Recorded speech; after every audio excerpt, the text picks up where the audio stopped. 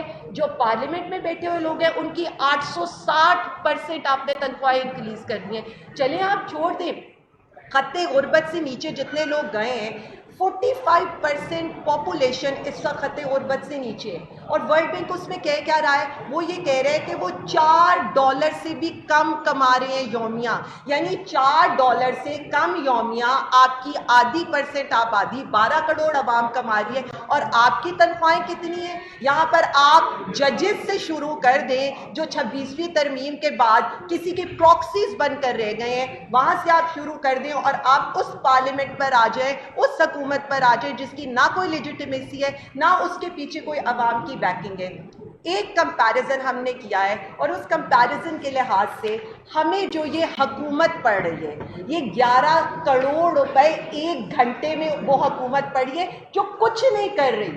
ان کو بھی آرڈرز آتے ہیں، ان کو بھی بلز آتے ہیں، اور وہ بلز ایز اٹ از وہ لے ڈاؤن کر دیتے ہیں، اور ہمیں ایک دن کا وہ 2.6 ارب روپے میں پڑ گئے۔ تو مجھے یہ بتائیں نا، ہمیں نہ ایسی کوئی جمہوریت کا فائدہ ہے، نہ ہمیں ایسی کوئی پارلیمنٹ کا فائدہ ہے، نہ ہمیں کوئی ایسی عدلیہ کا فائدہ ہے۔ یہ جتنے لوگ پارلیمنٹ میں، وہ ہم کہتے تھے نا ڈیموکریسی کے 3 جو ہوتے ہیں ستون ہوتے ہیں، تو 2 ستون تو 26ویں ترمیم کے بعد ایک تو ویسے ہی ختم ہو چکا تھا 8 فروری کے بعد، دوسرا بھی 17 سیٹوں والے کو آپ نے مسلط کر دیے، جو ہمیں 3 ارب روپیہ ایک دن کا انہیں دینا پڑے، اور ان کی تنخواہیں اس کے علاوہ ہیں۔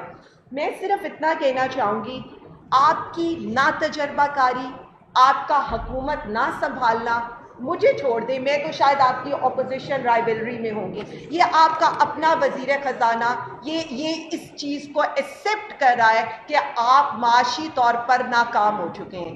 آپ معاشی طور پر ناکام کس طرح سے ہیں؟ وہ خود یہ کہہ رہے ہیں کہ آپ ہر چیز قرض لے کر رہے ہیں اور مالی گنجائش کے مطابق ریلیف دے سکتے ہیں۔ تو میں ان صاحب سے پوچھنا چاہتی ہوں جو انسٹالڈ ہیں، جنہیں لایا گیا ہے، جن کی کوئی سے نہیں ہے، جن کی کوئی عوامی حمایت نہیں ہے، میں ان سے صرف اتنا پوچھنا چاہتی ہوں، تو قرض لے کر آپ کیا کر رہے ہیں؟ قرض لے کر آپ ججز کی تنخواہیں بڑھا رہے ہیں، قرض لے کر آپ پارلیمنٹیرینز کی تنخواہیں بڑھا رہے ہیں، قرض لے کر آپ اسپیکر کی تنخواہیں بڑھا رہے ہیں، یعنی ہم قرض کے پیسے میں، آپ، باقی سب لوگ دیں گے، لیکن عیاشیاں کون کریں گے؟ اس حکومت کی اشرافیہ کرے گی۔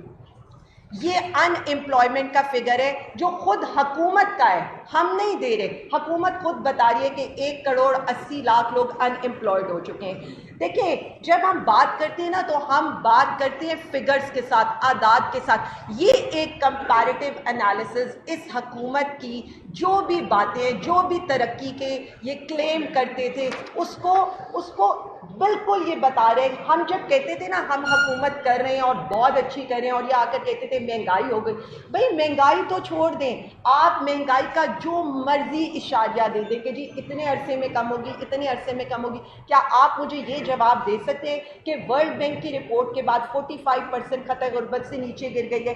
آپ کہتے رہے ہمیں انویسٹمنٹ آ رہی ہے، انویسٹمنٹ آ رہی ہے، مجھے یہ بتا دیں آج تو ہمارے سامنے فگرز ہے کہ فورن ڈائریکٹ انویسٹمنٹ آپ کی کم ہوئی ہے، آج تو ہمارے سامنے فگرز ہے کہ آپ کی انڈسٹریل گروتھ نہیں ہو رہی ہے، اور فیکٹ فجنگ کی ان کی صورتحال اگر میں آپ لوگوں کو بتاؤں، ہر چیز کے اندر جھوٹ۔ لیکن بیسیکلی ہم ان سے ایکسپیکٹ کیا کرتے تھے؟ جو 17 سیٹوں والی حکومت ہو وہ کس بات پہ سچ بولے گی؟